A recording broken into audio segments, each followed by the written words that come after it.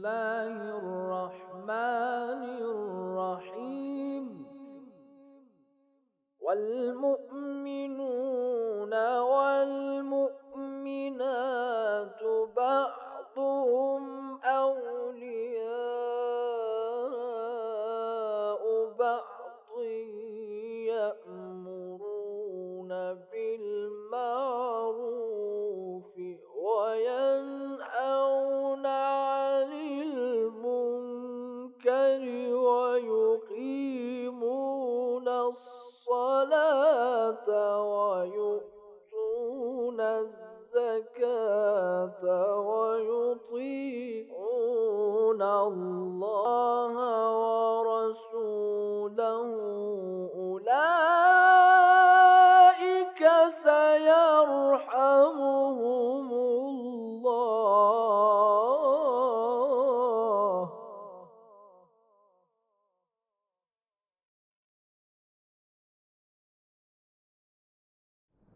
اعوذ باللہ من الشیطان الرجیم بسم اللہ الرحمن الرحیم وبہ نستعین وهو خیر ناصر ومعین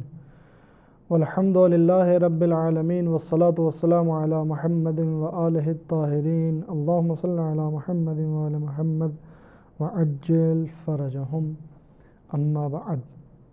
السلام علیکم دوستو، ایک بار پھر حاضر ہوئے ہیں آپ کے سامنے پروگرام لے کر. پروگرام میں آپ کا سواگت ہے. پچھلے پروگرام میں ہم نے آپ کے سامنے دیت کے بارے میں گفتگو کی اور اس کے احکام آپ کے سامنے بیان کیے. آج ہم آپ کے سامنے چند گناہوں کی گفتگو شروع کریں گے اور چند گناہوں کے بارے میں بیان کریں گے. البتہ گناہ تو بہت زیادہ ہیں جو انسان انجام دیتا ہے، لیکن جو ہے وہ چند ایک گناہ آپ کے سامنے بیان کریں گے اور ان کے احکام بیان کریں گے. اور ساتھ ہی ساتھ اللہ تعالیٰ سے یہ دعا ہے کہ ہم سب کو گناہوں سے دور رہنے کی توفیق عنایت فرمائے الہی آمین انشاءاللہ، اور نیک کام انجام دینے کی زیادہ سے زیادہ توفیق عنایت فرمائے الہی آمین انشاءاللہ. آج ہم سب سے پہلے آپ کے سامنے غصب کے سلسلے میں گفتگو کریں گے. غصب یعنی انسان ناحق طریقے سے ظالمانہ طور پر کسی کے مال پر یا کسی کے حق پر جو ہے وہ اپنا قبضہ جما لیتا ہے، کسی کے مال کو چھین لیتا ہے یا کسی کے حق پر مسلط ہو جاتا ہے ناحق طریقے سے، ظالمانہ طریقے سے. اس کو غصب کہتے ہیں. غصب کی جو ہے وہ دو قسمیں ہیں. ایک تو یہ کہ مال کو غصب کیا جائے، دوسرے کسی کے حق کو غصب کیا جائے. مال کی بھی دو قسمیں ہیں، یا تو شخصی ہے یا عمومی ہے، یعنی کسی کا خاص اسپیشل مال ہے، کسی شخص کے لیے ہے، پرسنل ہے، یا جو ہے وہ عمومی ہے یعنی عام لوگوں کے لیے ہے. شخصی جیسے کسی کے گھر سے سامان چرا لینا، کسی کی دکان پر قبضہ جما لینا، کسی کے گھر کو چھین لینا، یہ جو ہے وہ شخصی مال کو غصب کرنا ہے. عمومی مال کو غصب کرنا جیسے کسی ادارے کے، کسی آفس کے، کسی مدرسے کے سامان کو جو ہے وہ اٹھا لینا، یا اسی طریقے سے جو ہے یہاں پر فقہا نے ایک جو چیز یہاں پر بیان کی ہے قابل غور ہے اور سبھی حضرات اس پر غور کریں. عمومی اموال میں جو غصب میں شامل ہے وہ خمس نہ دینا، زکوٰۃ نہ دینا. یعنی اگر کوئی انسان خمس نہیں دیتا ہے، زکوٰۃ نہیں دیتا ہے، تو گویا اس نے عمومی مال غصب کیا ہے، یعنی لوگوں کا مال جو ہے اس نے چھینا ہے، ناحق طریقے سے اس پر قبضہ جمایا ہے، ناحق طریقے سے ظالمانہ طریقے سے لوگوں کے مال پر قبضہ جمایا ہے. اگر کوئی انسان خمس نہیں دیتا ہے یا زکوٰۃ نہیں دیتا ہے. کیوں؟ اس لیے کہ خمس اور زکوٰۃ جو ہے وہ ہمارا حق نہیں ہے. ٹھیک ہے، پیسہ ہمارا ہے، مال ہمارا ہے، کمایا ہم نے ہے، لیکن اللہ تعالیٰ کی جو ہم پر عنایات ہیں، اللہ تعالیٰ نے جو ہمارے لیے وسائل فراہم کیے ہیں، ان کے بدلے میں ہمارے لیے ضروری ہے کہ ہم خمس دیں، زکوٰۃ دیں. اگر خمس اور زکوٰۃ ادا نہیں کرتے ہیں تو گویا ہم نے جن لوگوں کا حق ہے، جن کے پاس کچھ نہیں ہے، جن کو خمس اور زکوٰۃ پہنچنا چاہیے تھا، ان کا حق جو ہے ہم نے غصب کر لیا ہے. اور یہاں پر ایک بات اور عرض کر دوں کہ خمس اور زکوٰۃ میں اور دوسرے غصب کرنے میں ایک فرق ہے. اگر کوئی انسان کسی ادارے سے، کسی آفس سے، کسی مدرسے سے، کسی جو ہے کالج سے، کہیں سے کوئی چیز چھین لیتا ہے، اٹھا لیتا ہے، یا کسی کی دکان پر قبضہ جما لیتا ہے، یا کسی مدرسے پر قبضہ جما لیتا ہے اور وہاں جو ہے کچھ اپنا کام کرتا ہے، رہنے لگتا ہے یا کوئی اور کام وہاں پر کرنے لگتا ہے زبردستی ناحق طور پر، تو صرف اس کو استعمال کرنا اس کے لیے حرام ہے، کسی کی دکان کو، مدرسے کو، مدرسے کی کرسیوں وغیرہ کو، اس کو۔ لیکن اگر کوئی انسان خمس ادا نہیں کرتا ہے تو اس پر جو خمس کے پیسے ہیں صرف وہ استعمال کرنا حرام نہیں ہے، بلکہ خمس کے علاوہ بھی جو پیسے ہیں جن میں سے خمس نہیں نکالا ہے وہ استعمال کرنا بھی اس کے لیے جائز نہیں ہے۔ مثال کے طور پر اگر کسی کے پاس سال کے آخر میں 5,000 روپے بچتے ہیں تو اس میں 1,000 روپے خمس کے ہوتے ہیں، تو اس نے 1,000 روپیہ اگر خمس نہیں نکالا ہے تو اس نے جو ہے وہ ناحق یعنی کچھ لوگوں کا حق مار لیا ہے، غصب کیا ہے کچھ لوگوں کے حق کو۔ لیکن یہاں پر ایسا نہیں ہے کہ 1,000 اس نے غصب کیا ہے تو صرف 1,000 استعمال نہیں کر سکتا، بلکہ پورے 5 کے 5,000 وہ استعمال نہیں کر سکتا۔ اگر کسی کے یہاں جو ہے 10 کنٹل گیہوں ہوئے ہیں سب کچھ نکالنے کے بعد، اور 10 کنٹل گیہوں میں سے جو ہے اسے جو زکوٰۃ نکالنی چاہیے تھی وہ اس نے نہیں نکالی ہے، تو ایسا نہیں ہے کہ جتنے زکوٰۃ کی گیہوں نکالنے تھے صرف وہ اس کے لیے استعمال کرنا جائز نہیں ہے، بلکہ ان 10 کنٹل میں سے ایک دانہ بھی استعمال کرنا اس کے لیے جائز نہیں ہے، بلکہ اس کو چاہیے کہ زکوٰۃ ادا کرے، اس کے بعد جو ہے ان کو استعمال کرے۔ الحمد للہ الذی علا فی توحدہ ودنا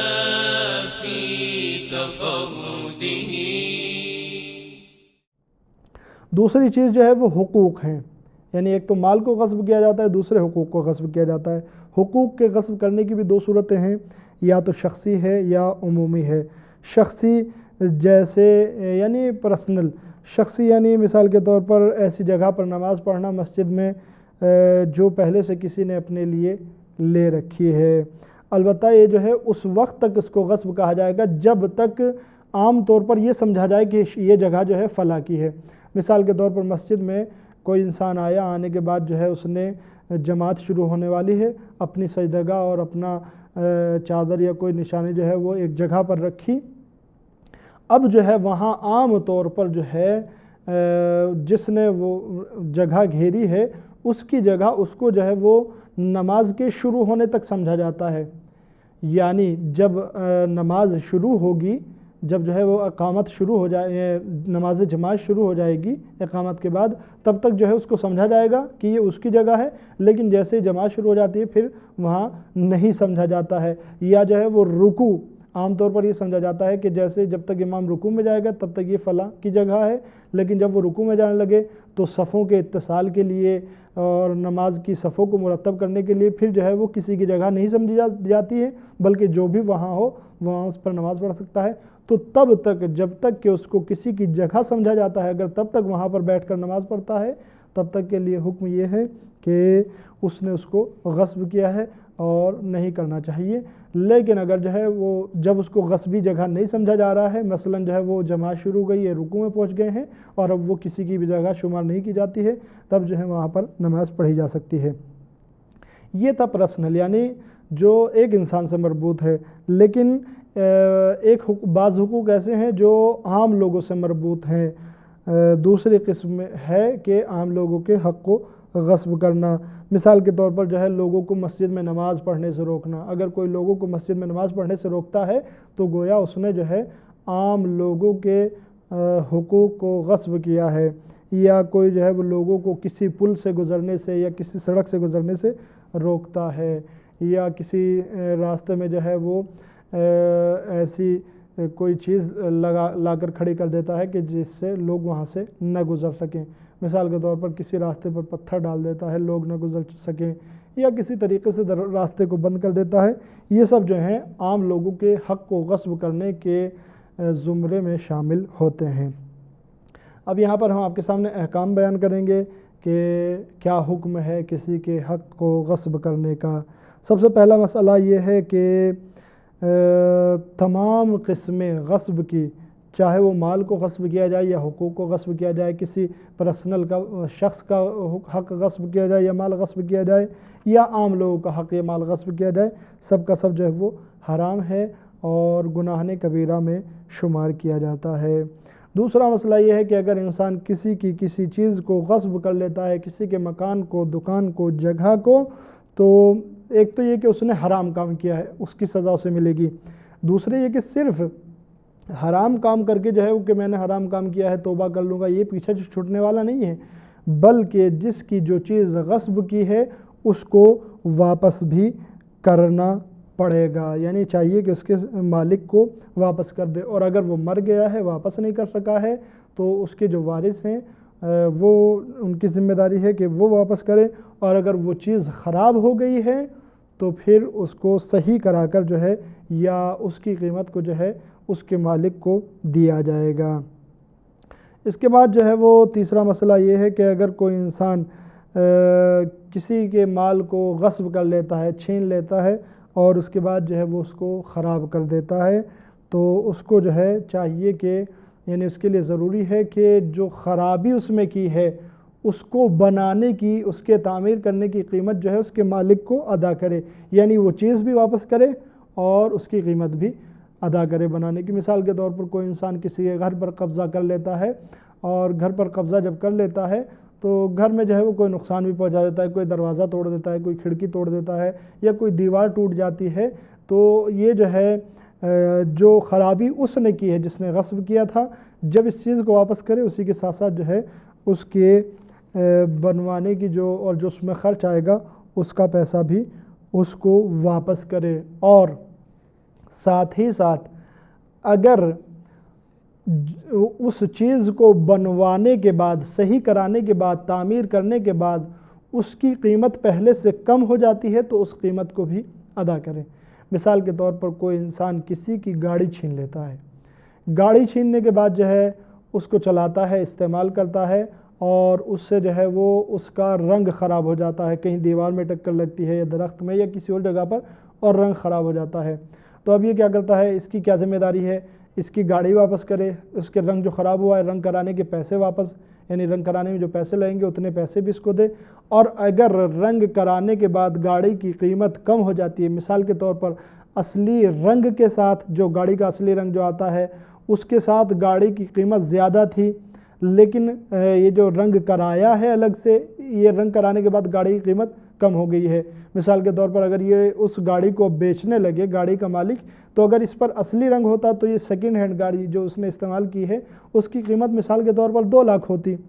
لیکن اب جو رنگ خراب ہو گیا ہے اور اس نے رنگ کرایا ہے، دوسرا رنگ کرایا ہے، اور بیچنے والا جو خرید رہا ہے اس سے بتاتا ہے کہ یہ رنگ جو ہے اصلی نہیں ہے، اور اس رنگ کرانے کی وجہ سے جو ہے یعنی اصلی رنگ نہ ہونے کی وجہ سے اس کی قیمت جو ہے وہ 2 لاکھ سے گر کر 1,80,000 ہو جاتی ہے، تو جس انسان نے گاڑی چھینی تھی اور گاڑی کے اس کے بعد جو اس کا رنگ خراب کیا تھا وہ گاڑی بھی واپس کرے گا، رنگ کرانے کی قیمت بھی واپس کرے گا، اور اسی کے ساتھ ساتھ جو ہے اس کی قیمت جو گھٹ گئی ہے گاڑی کی اصلی رنگ کے خراب ہو جانے سے اس قیمت کو بھی ادا کرے گا۔ یہ ساری چیزیں جو ہیں اس انسان پر واجب ہوں گی جس نے غصب کیا تھا۔ یہاں پر جو ہے وہ غصب کے سلسلے میں ایک مسئلہ اور آپ کے سامنے بیان کرنا ہے، پھر اگلے پروگرام میں آپ کے سامنے جھوٹ کے سلسلے میں گفتگو ہوگی۔ اسی طریقے سے اگر کوئی انسان کسی چیز کو غصب کر لیتا ہے اور اس کے بعد جو ہے اس میں کوئی چینجنگ کر لیتا ہے، مثال کے طور پر کوئی انسان جو ہے وہ کسی کا سونا چراتا ہے اور چرانے کے بعد جو ہے اس کی انگوٹھی بنوا لیتا ہے، البتہ یہاں پر شرط یہ ہے چینجنگ کرنے میں، کسی کی چیز چراتا ہے، چرانے کے بعد اس میں کوئی کام یا چینجنگ کراتا ہے اور وہ پہلے سے بہتر ہو جاتی ہے، یعنی جیسا چرایا تھا اب اس سے بہتر ہو گئی ہے۔ جیسے ہم نے مثال دی، کسی کا سونا چرایا، سادہ سونا، بسکٹ سونے کا یا سونے کا سکہ، اس کے بعد جو اس کا زیور بنوا لیا، انگوٹھی وغیرہ بنوا لیا ہے۔ ایسی صورت میں اب یہ تو ذمہ داری ہے کہ اس کے سونے کو واپس کرے، اگر مال کا مالک یعنی اس سونے کا مالک اس چھیننے والے سے یہ کہے کہ مجھے اسی صورت میں واپس کرو، یعنی تم نے انگوٹھی بنوا رکھی ہے ایسے ہی مجھے واپس کر دو، تو جس نے چھینا تھا اس کے لیے ضروری ہے کہ یہ ایسے ہی اس کو واپس کر دے، یعنی بسکٹ چھینا تھا، انگوٹھی بنوا دی،